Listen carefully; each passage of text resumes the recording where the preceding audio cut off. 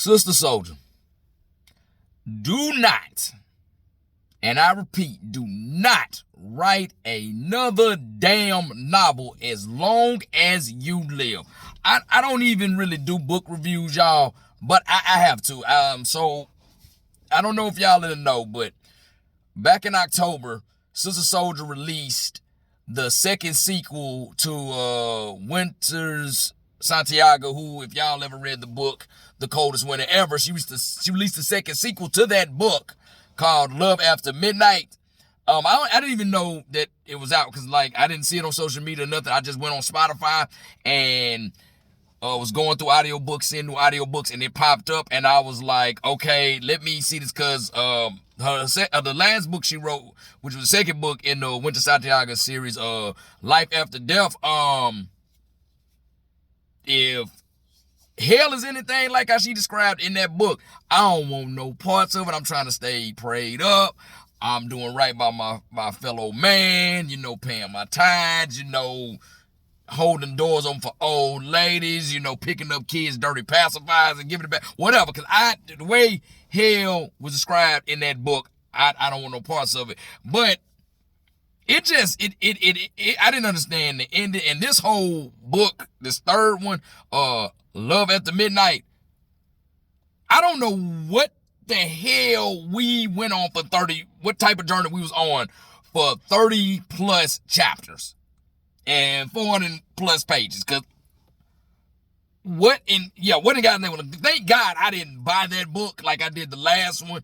Like I said, I saw it on audiobook on Spotify, and I'm like, well, I already got Spotify, I'm paying for it. Cause that's what I do. I ain't gonna lie to y'all. To save money, if I go to Barnes & Noble, because y'all know Barnes & Noble, I don't know when books went from being like $20 to like damn near $50 and above. Like, you damn near got to make life choices, or you going to get gas, food, or get this new book. So if I go into Barnes & Noble and I see a book in there, I'm going to go to Spotify and see if it's on it. And I'm just going to listen to the audio. If it's not, I'm going to try to get it there. If not, I'm going to try to, if I can wait, get it online, or I'm gonna try to go to like a local used bookstore, mom and pop bookstore. But it's got to be the last option. I need this book, and this book really captured my attention for me to get a book from Barnes. But anyway, I digress. This I don't even know. First of all, this is about the audio presentation of the book. I don't know what made Sister Soldier think that she should have been the one to narrate this book, and especially for Winter Santiago. She narrated Winter Santiago. She had other people narrate, like some for her father. Santiago was another guy, and a couple other characters with other people.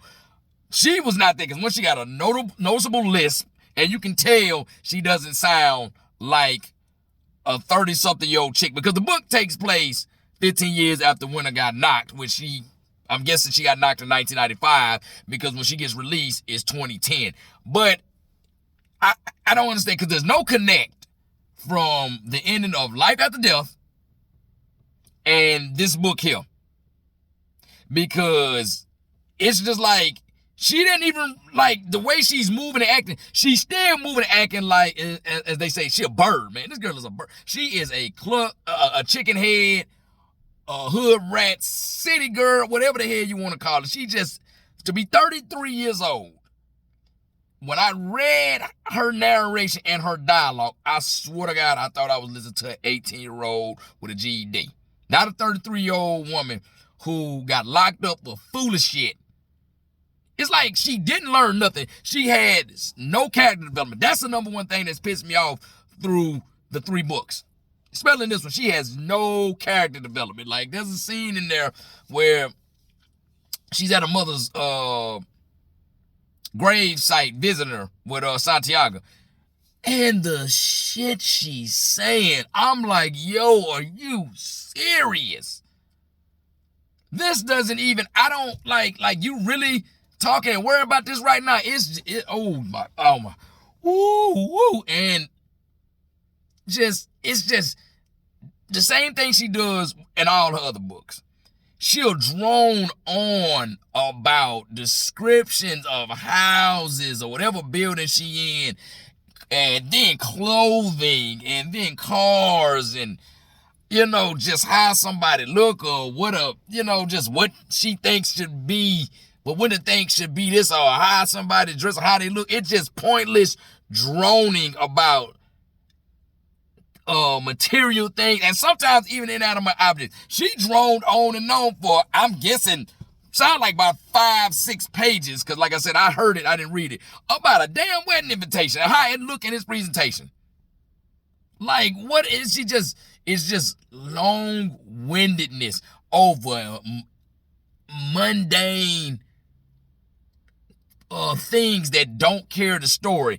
It was just, like I said, it was, and then she had characters in there. She gave them like these character names. We don't even know real characters' names. Like, one chick was named Green Eyes, and then you had another person named, I don't know who, just like was dead in or something. I don't know. It moved. Shit was, and then like it moved, like when something happened, she didn't even like really like go to just this, we see this person, all of a sudden something happened. Now all of a sudden we learning that an event occurred. And it's like, wait a minute. And I've seen a lot of other people on reviews on Google, Goodreads, and Amazon. A lot of people said they had to go back because they thought they missed something. And that same thing I did. I went back, and no matter how many times I went back, I don't know what the hell I missed. It was so much stuff you missed. I don't know why they kept making Bullet pop up, because Bullet popped up again. If anyone of y'all read The Coldest Winter Ever, he's the one who Winter was dating at the end after she got into a little scuffle with a homegirl, Simone, and she got a face cut. He left her in the car, got abandoned the car, let her go off while the police came up. She got hit with the dope and the guns in the car, and she got sentenced 15 years. He popped back up again, didn't understand why he needed to pop back up. And then, you know what I'm saying? It's like the guy she ended up falling for in the end, I guess, it was just some cornball shit. Like, it just didn't make sense anywhere. Like, it was just, I don't know what her intent was. I don't know. I'm starting to believe two things. Number one, I think she wrote Winter for us to hate her. And the thing is, showing how stupid she is over the course of 3 books and over like 25 years, she hasn't matured at all, which was hard to believe, because I'm trying to find it hard to believe you went to jail at 18 for being like promiscuous, narcissistic, and just straight up reckless and not on your square, not thinking clearly. And then you have a near brush with death, near brush with death, and you came face to face with the devil himself, literally. You literally went through the pits of hell. And you have no character development. And that is what has went on with Winter Santiago between all these 3 books. Just no character development for her at all. And because a lot of people, y'all know, I know people that went to jail.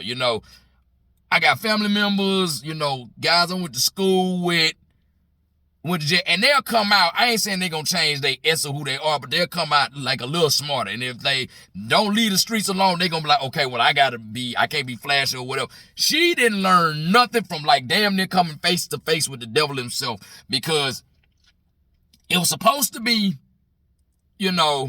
she gave her life to Islam and all that. But at the end of Life After Death, I didn't see that nowhere, that she submitted to Allah and was following Allah with all her heart and her soul. And this one, she don't even mention anything about Islamic faith at all. Not that I can recall. Because like I said, I listened to the book, and from what I could zone in on, because I ain't gonna lie, sometimes she'll drone on, I zone out, and I come back like, what the hell? Oh shit, I missed something. I didn't hear Allah, Akbar, Ashallah, I didn't hear none of that mentioned anytime. And she's supposed to have been a devout Muslim now. It was just her and these stupid situations for her to be reality TV. I don't know if this was supposed to be a satire.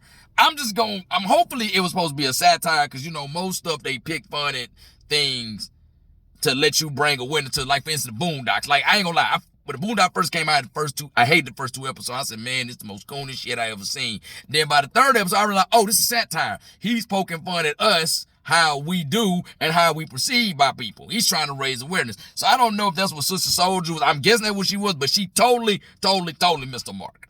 You know, and you know what I'm saying? Just, yeah. And like I said, every book, like, you know, it's like just drones on and on. And I'm just so sick of her droning on. Because like I said, she did it in Life After Death, with the main theme being Islam.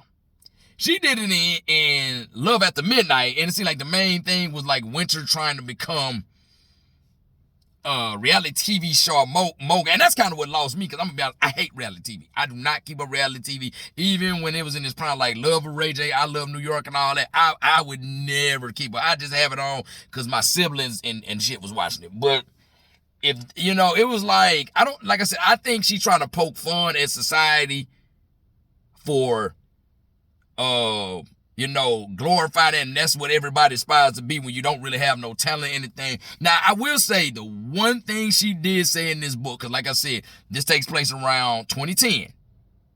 She did say when Winter, it was a scene when Winter was going back to her old neighborhood and she couldn't find anybody, and she asked the old hairdresser, she said, where is everybody? So, oh, everybody to move to Atlanta, which is factual, because right about that time, everybody and their mama, especially New Yorkers, was coming down, so I'm going to say between 05 to 2012, 2013, maybe 05 to 2015. That little decade, everybody and their mama was descending up on Atlanta, because Atlanta was that one of them ones when it came to cities for you living, especially if you was black trying to get out the mud. But it was just like, it's like I said, with it being 2010, it's the thing that got me about a lot of the slang she was using, and a lot of some of the, like, the technology and stuff. I'm like, that's not slang they were using. And then it was like she was trying too hard to use that language. I'm like, okay, you trying too hard to make this dialogue work. It was too much going on. And it just, I don't know. Like, a lot of people, like I said, a lot of people say they think that she hates women. And I kind of feel that way. I think these are the type of women she saw in the hood growing up, and she just thought they represent what the worst of the hood. Or I feel like them the type of women who gave her a hard time growing up, and they probably lived a life or had dated the guy she wanted, and made her life living hell. So by writing this book, it's her way of therapeutically getting back at them. Because I don't understand no other way, because like, it just, I'm really one of those people now. I am really starting to believe that rumor that has been floating around the hood for like almost 15, 20 years, almost. I don't think she wrote The Coldest Winter Ever. Because I'm going to say, I don't think she wrote The Coldest Winter Ever. First, when I read Life After, not just Life After Death, when I read Midnight, I had to put Midnight down because it didn't make no sense with the original story, because he was a devout Muslim. And if that brother was such a devout Muslim, why in the hell did you all of a sudden join a drug organization?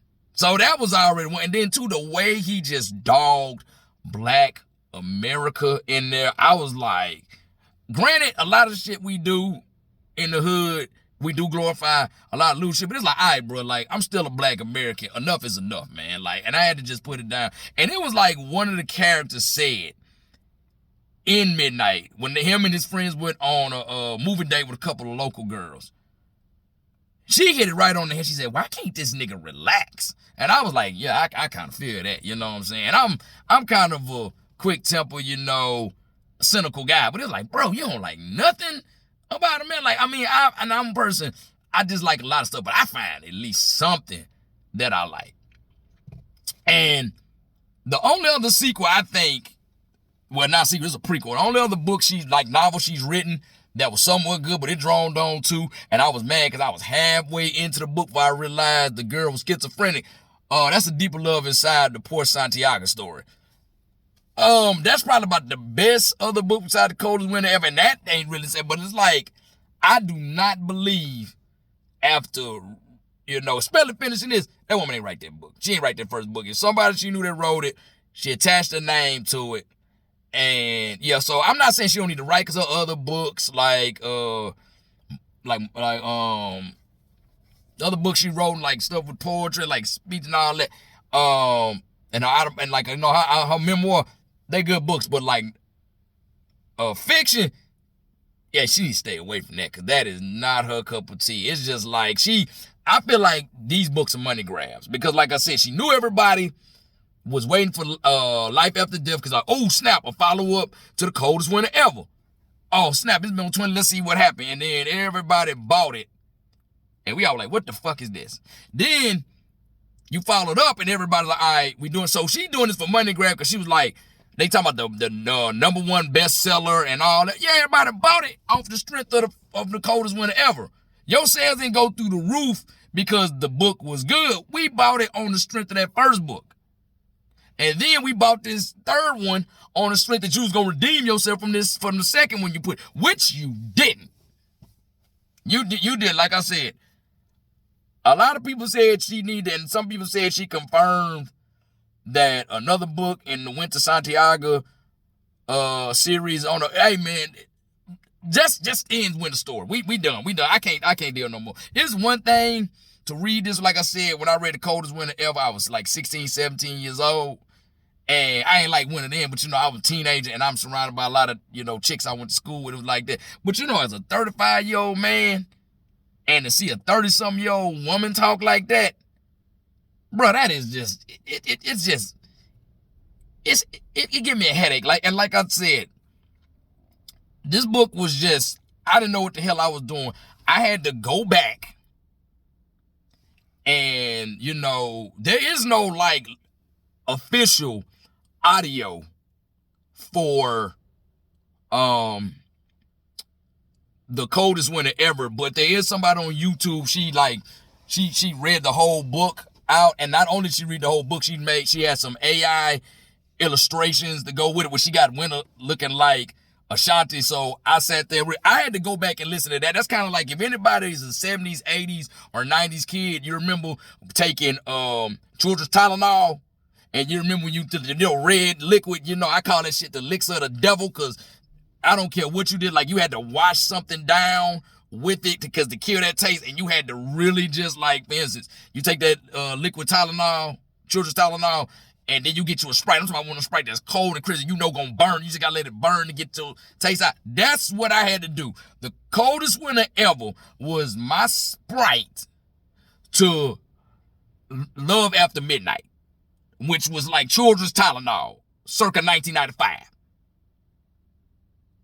Oh yeah, that's how it was. And then this is what made me mad. We heard Love After Midnight. I thought Midnight was gonna make an appearance in there. Midnight didn't make nothing. The only thing we saw was his son. His son came in some capacity, and that messes me up because the timeline just don't. You know what? I'm about to finish this. I'm done. I thought I was just gonna do 10, 15 minutes.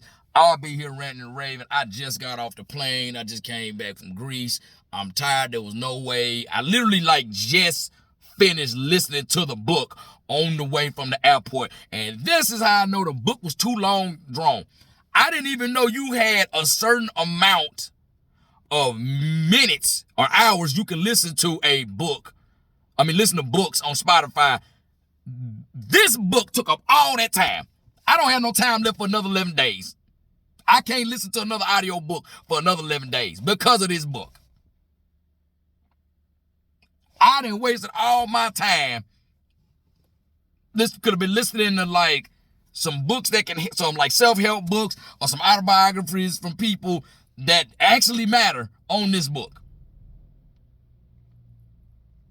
I'm thoroughly disappointed. So yeah, leave Winter's story alone. Matter of fact, leave everybody's story alone that's fiction. Because like I said, I don't believe you wrote The Coldest Winter Ever. And I'm going to stand on it. Nothing against you. And you can talk about the hood ain't smart. No, we ain't smart. We know bullshit when we see it and when we hear it. And that, my friends, you can take to my grandmother's farm in Mississippi, because I know her crop's going to come in perfect. That is grade A bullshit that you just gave us with Love After Midnight. Anyway, this your country cousin Pete McCorvey, aka Petey Mac. I'm out. Y'all have a good one.